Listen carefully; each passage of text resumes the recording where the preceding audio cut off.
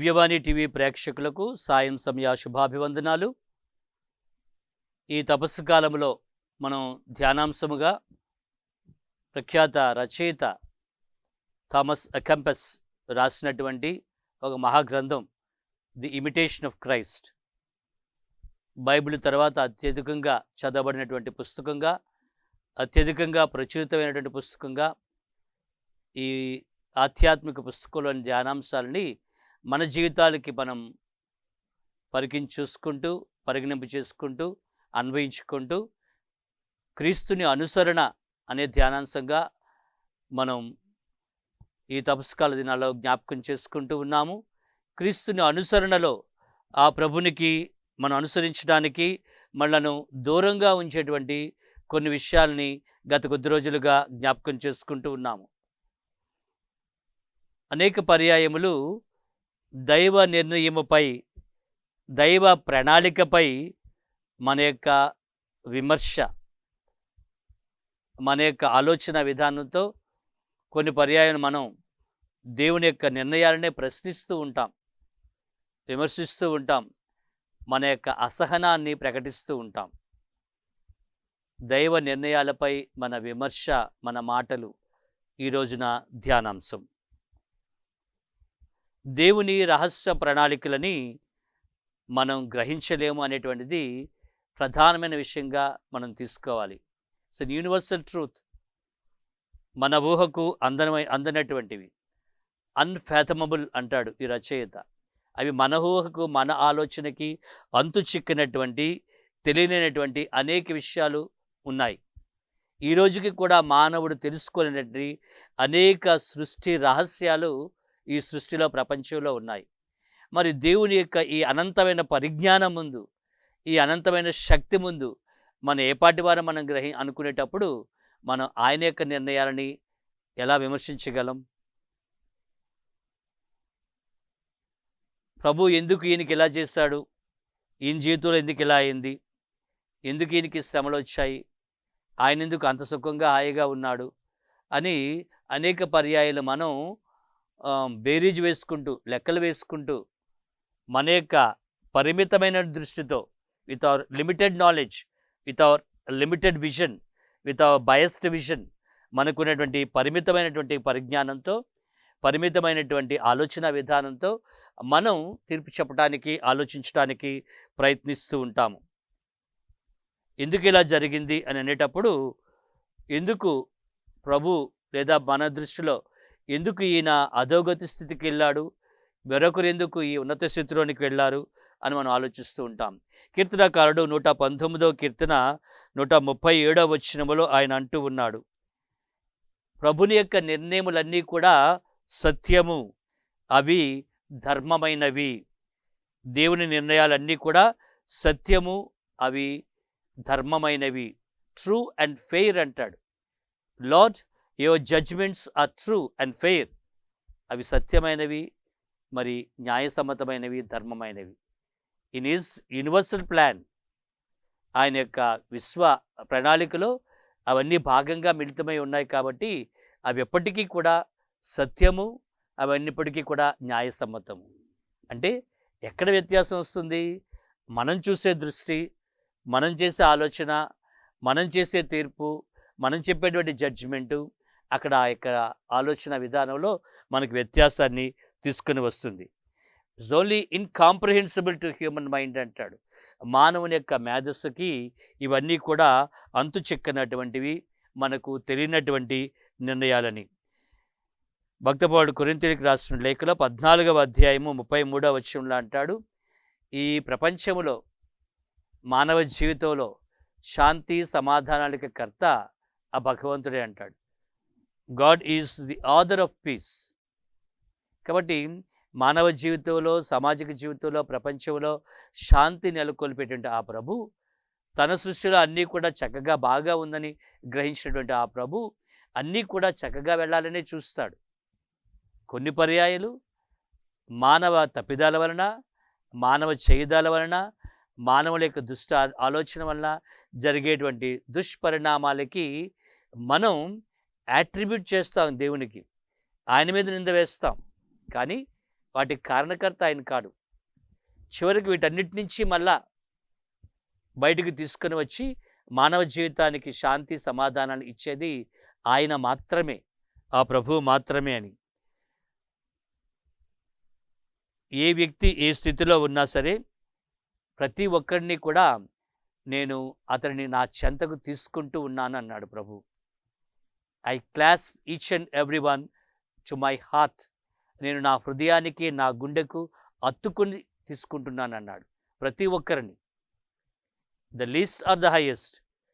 మన లెక్కలో ఆయన అతి తక్కువగా ఉన్నప్పటికీ, మన యొక్క లెక్కలో ఆయన ఉన్నతంగా ఉన్నప్పటికీ అని అనుకున్నప్పటికీ, ఇంతటి వ్యత్యాసం మనం చూపిస్తూ ఉన్నప్పటికీ, ఆయన ఈ వ్యక్తిని ఆ వ్యక్తిని ఈ ఇద్దరిని కూడా ఒకే స్థాయిలో తన హృదయానికి తన హక్కును చేర్చుకునేటువంటి భగవంతుని యొక్క దృష్టి ఆలోచన ఆ విధంగా ఉంటుంది.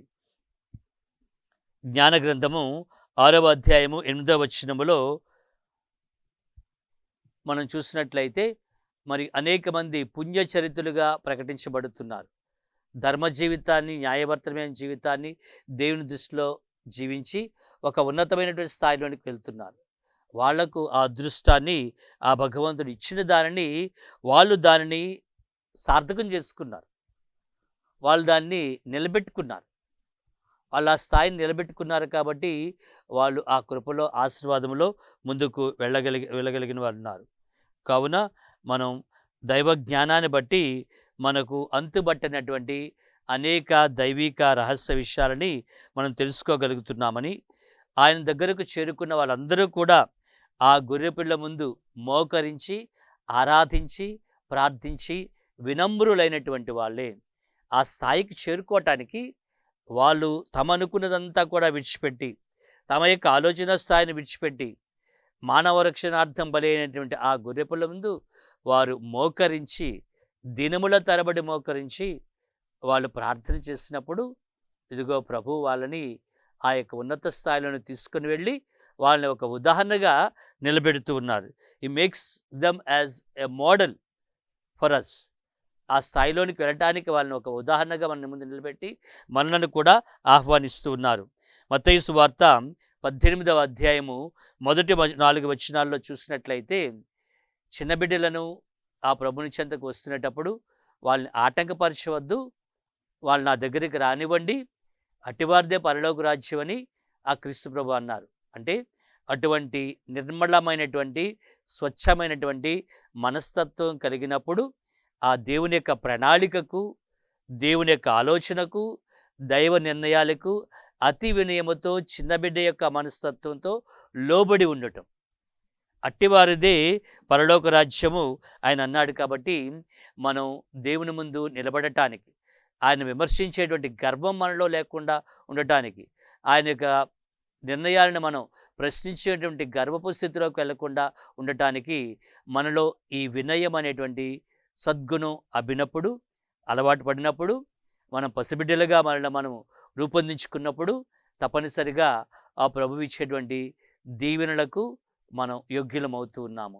ఆయన విమర్శించకుండానే ఆయన యొక్క పరమరహస్యాలని మనం కొంతవరకైనా తెలుసుకోవడానికి, లేదా తెలుసుకున్న వాటిని మనం అంగీకరించిన వాటికి మన విధేయులమే ఉండటానికి అవకాశం దక్కుతుంది. ప్రియా సహోదరి సహోదరులారా, ఒక ప్రఖ్యాత రచయిత ఫ్రెడ్ బాగ్ అనేటువంటి ఒక రచయిత ఒక మహాగ్రంథాన్ని రాశాడు. ఆయన సంగీత కళాకారుడు, చక్కగా పాటలు రాయగలడు, స్వరకల్పన చేయగలడు, పాడగలడు, నేర్పించగలడు, అనేక సంగీత వాయిద్యాల్ని మోయించడంలో కూడా ఆయన నైపుణ్యం ఉంది. అటువంటి ఆయన తన యొక్క రచనతో ఒక పుస్తకాన్ని రాశాడు. ఆ పుస్తకం పేరు ఒక ఒంటరి జీవితం, ఆన్ సాలిటరీ లైఫ్. ఒక వ్యక్తి యొక్క ఒంటరి జీవితం అని అంటూ, ఆ వ్యక్తి ఒక పేద తల్లికి ఒకే ఒక కుమారుడు, కష్టపడి ఇంట్లో పెరిగి పెద్దవాడయ్యాడు. తల్లి తండ్రి నేర్పించినటువంటి వడ్రంగి పని చేసుకుంటూ ఇంట్లో పెరిగాడు. 30 ఏళ్ళు ఆ విధంగా ఇంట్లో ఉన్న తర్వాత 3 ఏళ్ళ పాటు ఇటు అటు బయట ఎక్కడో తిరిగాడు. కానీ ప్రజలు అతన్ని, చుట్టుపక్కల వాళ్ళందరూ కూడా అతన్ని తప్పుడు పడ్డారు, తప్పులు మోపారు, నేరం మోపారు, చివరికి ఆయన్ని చంపేశారు. కానీ ఆయన యొక్క ఒంటరి జీవితం నుంచి దైవ జ్ఞానాన్ని ఆయన గ్రహించి దైవ జ్ఞానాన్ని అందించడంలో ఒక గొప్ప వ్యక్తి ఆయనే క్రీస్తు అని ఈ రచయిత రాస్తూ ఉన్నాడు. అటువంటి జ్ఞానమును క్రీస్తు కోరినటువంటి, క్రీస్తు అందించినటువంటి ఆ దైవ జ్ఞానమును మనము ఆశించాలి. ఆ దైవ జ్ఞానం అనేక విషయాలని మనం తెలుసుకొని దేవుని మీద మనం తీర్పు విధించకుండా, విమర్శించకుండా ఉండేటువంటి స్థాయిలో నడిపించాలని మనం ప్రార్థిస్తూ, ధ్యానిస్తూ ఒక పాట పాడుకుందాం.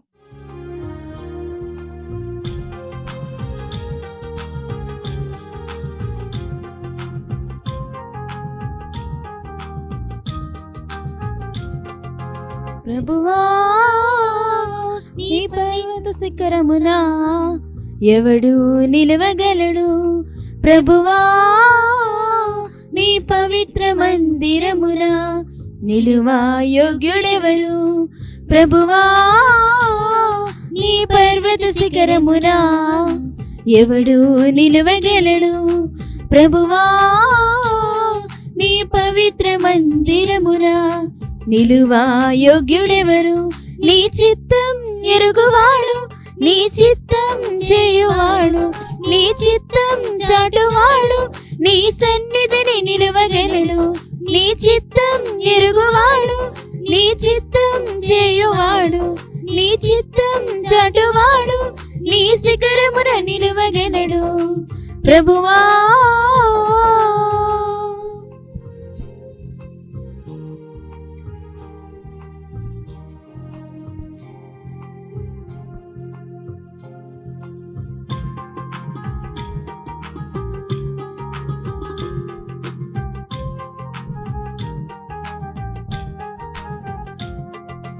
దయార్థహృదయులు దుష్క్రియలు చేయని వారు, దయార్థహృదయులు దుష్క్రియలు చేయని వారు, దురాలోచనలు లేని వారు, ధర్మ మార్గమున నడుచువారు, దురాలోచనలు లేని వారు, ధర్మ మార్గమున నడుచువారు. నీ చిత్తం ఎరుగువాడు, నీ చిత్తం చేయువాడు, నీ చిత్తం చాటువాడు, నీ సన్నిధిన నిలువగలడు.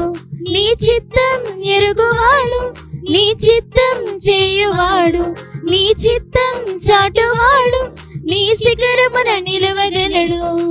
ప్రభువా నీ పర్వత శిఖరమున ఎవడు నిలువగలడు? ప్రభువా నీ పవిత్ర మందిరమున నిలువా యోగ్యుడెవరు? ప్రభువా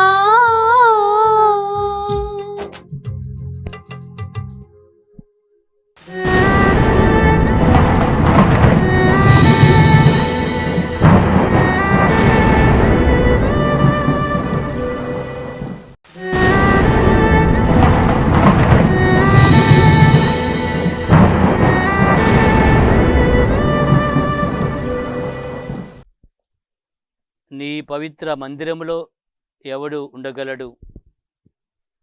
నీవున్నటువంటి ఆ స్థాయిలో, నీ స్థలములో ఎవరు నీ చెంత నిలవగలడు అన్నట్టుగానే హెరోదు రాజు లూకా శుభవార్త 9వ అధ్యాయము 9వ వచనములో యేసుని గురించి అనేక మాటలు విని, ప్రజలు చెప్పుకుంటున్నటువంటి అనేక విషయాలు విని ఈయన ఎవరు అని భయపడుతూ ఉన్నాడు. అప్పటికే ఆ హెరోదు రాజు బప్తిస్మ యోహాన్ని చంపించాడు. బప్తిస్మ యోహాను ఖచ్చితంగా కరాఖండిగా చెప్పినటువంటి మాటలకు ఆయన చంపించాడు. తరువాత వచ్చినటువంటి ఆ క్రీస్తు అనేక దైవ విషయాలను బోధిస్తూ, అనేక అద్భుత కార్యాలను చేస్తూ, అప్పటి వరకు ఉన్నటువంటి ఆ యొక్క యూదులలో ఉండేటువంటి ఆలోచన విధానాన్ని ఖండిస్తూ ఉన్నటువంటి ఈ క్రీస్తు ఎవరు అని భయపడినటువంటి ప్రశ్న. హెరోదు రాజు భయపడటానికి కారణం క్రీస్తుని యొక్క జ్ఞానము, క్రీస్తుని యొక్క శక్తి, క్రీస్తు చేస్తుంటే అద్భుత కార్యాలు. మరి ఆయన చెంత ఎవరు నిలవగలరు? ఆయన ముందు ఎవరుండగలరు అన్నాడు కీర్తనకారుడు. మరి అటువంటప్పుడు ఆయన చేసిన కార్యాలని ప్రశ్నించడానికి మనమెవరం? ఆయన చేస్తున్న మహత్తర కార్యాలని ఎవరు శోధింపగలరు? ఆ లోతులను ఎంతగా ఎవరు తెలుసుకోగలరు? అందుకనే కీర్తనకారుడు అంటాడు, ఇదిగో ఈ సృష్టి మహత్తర కార్యాలను చూసినప్పుడు, ప్రభువు నువ్వు చేసినటువంటి యొక్క సృష్టిలో సముద్రపు లోతులను ఎవడు లెక్కించగలడు? భూమికి ఆకాశం ఎంత ఎత్తున ఉన్నదో ఎవరు గ్రహించగలరు? ఈ విధంగా సృష్టిలోనే మనం చూసినట్లయితే అనేక రహస్యాలు ఇమిడి ఉన్నాయి. అవన్నీ కూడా ఆయన చేయుదములైనప్పుడు వాటిని గ్రహించలేనటువంటి శక్తులు మనకు లేదనుకునేటప్పుడు, మనం గ్రహించకుండా ఎంత శోధించినా సరే ఒక్క విషయం మీద కూడా మనం పూర్తి పరిజ్ఞానాన్ని కలిగి ఉండలేము. అటువంటిది ఈ మహత్తర జ్ఞానం కలిగినటువంటి ఆయన ముందు మనం ఏపాటి వారమని కీర్తనాకారుడు 33వ కీర్తన ప్రభు సన్నిధానంలో ప్రార్థిస్తూ ఈ విధంగా అంటాడు 10-11 వచనాల్లో. ప్రభువు జాతుల ప్రణాళికలను భగ్నము చెయ్యును, ప్రజల పన్నుగడలను ఆయన వమ్ము చెయ్యును, కానీ ప్రభువు ప్రణాళికలు శాశ్వతముగా నిల్చును అంటాడు. ఒక్కొక్క రాజ్యం వాళ్ళు ఒక్కొక్క ప్రణాళికలు చేస్తారు. ఇజ్రాయేల్ ప్రజలు ఒక ప్రణాళికలు చేస్తారు, వేరొక ప్రజలు వేరొక ప్రణాళిక చేయవచ్చు. ఈ విధంగా రకరకాల ప్రణాళికలు చేసుకుంటూ ఉన్నారు. కానీ ఈ ప్రణాళికలు, ఈ యొక్క ఆలోచనలు దేవుని యొక్క ప్రణాళిక ఏదైతే విరుద్ధంగా ఉందో అవన్నీ కూడా భగ్నం చేయబడుతున్నాయి. వీటిని నమ్ముకొని ఉన్నటువంటి వాడు ఎన్ని ప్రయత్నాలు చేసినా, ఎన్ని ఎత్తుగడలు చేసినా, ఎన్ని పన్నాగాలు పనినా సరే అవి నిలబడవు. చివరికి శాశ్వతంగా నిలిచేది దేవుని యొక్క ప్రణాళిక మాత్రమే. Only God's plan is eternal and is forever. దేవుని యొక్క ప్రణాళిక మాత్రమే శాశ్వతమైనటువంటిది అని మనం గ్రహించాలి. కీర్తనాకారుడు 37వ కీర్తన 22, 23, 24 వచనాల్లో ఈ విధంగా అంటాడు. కీర్తన 37, 22 నుంచి 24 వచనాలలో, దేవుడు దీవించేవారు దేశమును స్వాధీనము చేసుకుందురు, ఆయన ఎవరినైతే శపిస్తూ ఉన్నారో వారు దేశము నుండి బహిష్కృతులవుతూ ఉన్నారు. ప్రభు నడిపించేవాడు పడిపోయిన వాడిని మరలా లేపుతాడు, ఆ ప్రభు చెయ్యి పట్టుకొని మరలా లేపుతాడని. అంటే మనం ఎంతగా ఆలోచించినా, మనం ఎంతగా ప్రయత్నం చేసినా ఆ దేవుని యొక్క దీవెనలు ఉన్నప్పుడు మాత్రమే మనం తిరిగి పునర్జీవాన్ని పొందుకోగలుగుతున్నాం. ఒకవేళ మనం పడిపోయినా సరే నడిపించేవాడు ఆయనే కాబట్టి మరలా మనల్ని లేవనెత్తి ఆయన మనలను నడిపించును. దేవునికి మనం దాసోహం అవుతునేటప్పుడు, ఆయన పరిజ్ఞానం ముందు మనం ఏపాటి వారం అని అనుకునేటప్పుడు, ఆయన యొక్క ప్రణాళికను, ఆలోచనని విమర్శించేటువంటి గర్వము మనలోనికి తొంగి చూడకుండా ఉండేటప్పుడు, ఆ గర్వం అనేటువంటి ఆలోచనకు మనం బానిసలమై విజ్ఞానముతో విర్రవీగకుండా ఉండేటప్పుడు, దాసులమయ్యేటప్పుడు, దాసోహమైనప్పుడు, పసిబిడ్డల మనస్తత్వాన్ని కలిగి ఉండేప్పుడు ఈ పరలోక విషయాలని అనేకమైన వాటిని మీకు తెలియజేస్తాను అని వాగ్దానం ఇస్తున్నారు క్రీస్తు ప్రభు. కీర్తనకారుడు 139వ కీర్తన 16వ వచనములో సర్వజ్ఞుడైన ప్రభువు, సర్వజ్ఞానాన్ని కలిగి ఉన్నటువంటి ప్రభు అని వివరిస్తూ ఈ కీర్తనలో అంటాడు. కానీ ప్రభువా, నేను పిండముగా ఉన్నప్పుడే నీవు నన్ను చూసితివి, నాకు నిర్ణయించబడినటువంటి రోజులన్నీ కూడా నీవు లెక్కించి ఉన్నావు, అవి ప్రారంభము కాకముందే నీ గ్రంథమున ఇవన్నీ వ్రాయబడి ఉన్నాయని. నేను ఒక వ్యక్తిని, ఐఎమ్ ఓన్లీ ఏ యూనిట్, ఒక జీవిని మాత్రమే ఆయన యొక్క మహత్తరమైనటువంటి సృష్టిలో. ఆయన నా దినాలన్నీ కూడా లెక్కించి ఉన్నాడు. నేను పుట్టక పూర్వమే నా యొక్క జీవిత విషయాలన్నీ కూడా ఆయన తన గ్రంథములో రాసి ఉంచాడు. ఇవన్నీ కూడా ఆయన చేత లిఖించబడి ఉన్నవి. తల్లు గర్భములో నేను పిండముగా రూపొందించినటువంటి క్షణం నుంచి కూడా ఆయన ఆ విధంగా తీసుకుని వచ్చాడు. అందుకనే దీనికి ఇంగ్లీష్ ట్రాన్స్లేషన్లో మనం చూసినప్పుడు he knit me in my mother's womb అంటాడు. నిట్ అంటే అల్లిక చేయటం.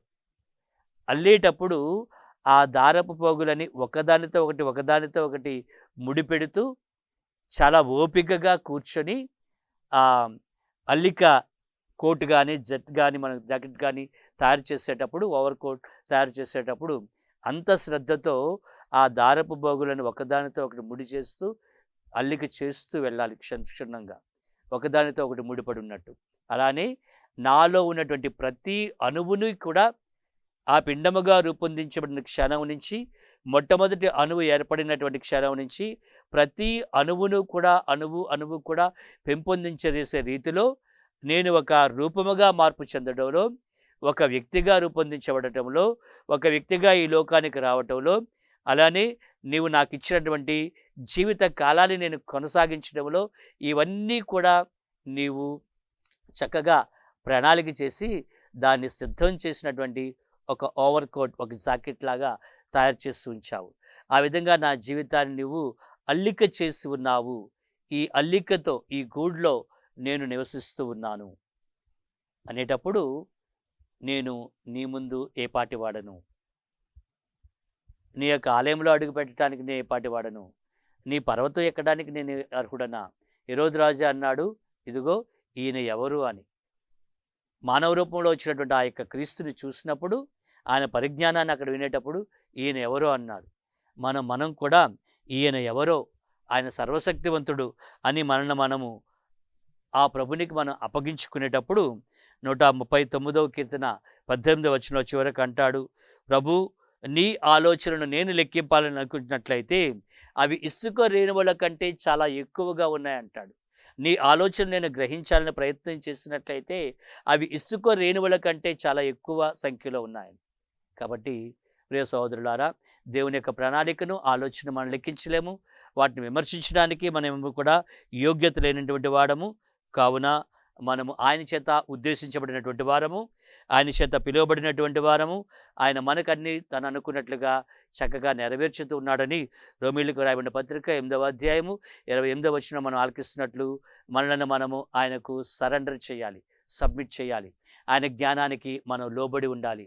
చిన్నబిడ్డల మనస్తత్వంతో, వినయంతో, నేను ఎంత పరిజ్ఞానాన్ని కలిగి ఉన్నా అవి నీవు ఇచ్చిందే, నీ జ్ఞానం ముందు నేను ఏపాటి వాడనని ఆ ప్రార్థనా మనస్తత్వాన్ని ఈ రోజున మనకు దయచేయమని ప్రభు వినయముతోనూ విజ్ఞతతోనూ నీ జ్ఞానానికి నేను లోబడి ఉండేటట్టుగా, ఏ రోజున కూడా ఏం జరుగుతున్నా, సమాజంలో ఏం జరుగుతున్నా, ఎక్కడేం జరుగుతున్నా నేను విమర్శించేటువంటి రీతిలో కాకుండా దాన్ని గ్రహించే ప్రయత్నం చేస్తాను ప్రభు అని ప్రార్థిస్తూ, మన యొక్క టాస్క్ మనకి ఇచ్చేటువంటి పనిగా, ఆలోచనగా నేను నీ యొక్క గొప్ప జ్ఞానాన్ని ఒక కొద్ది నిమిషాలు మౌనంగా ధ్యానిస్తాను ప్రభువా. వాటిని విమర్శించడం కూడా ఇంతటి గొప్ప జ్ఞాన నిధివు నువ్వు, నేను ఏ పాటి వాడను అనేటువంటి వినమ్రతను నాకు ఇవ్వమని ఈ రోజున మనం ప్రార్థన చేసుకుందాం. రేపటి రోజున మళ్ళీ కలుసుకుందాం. God bless you.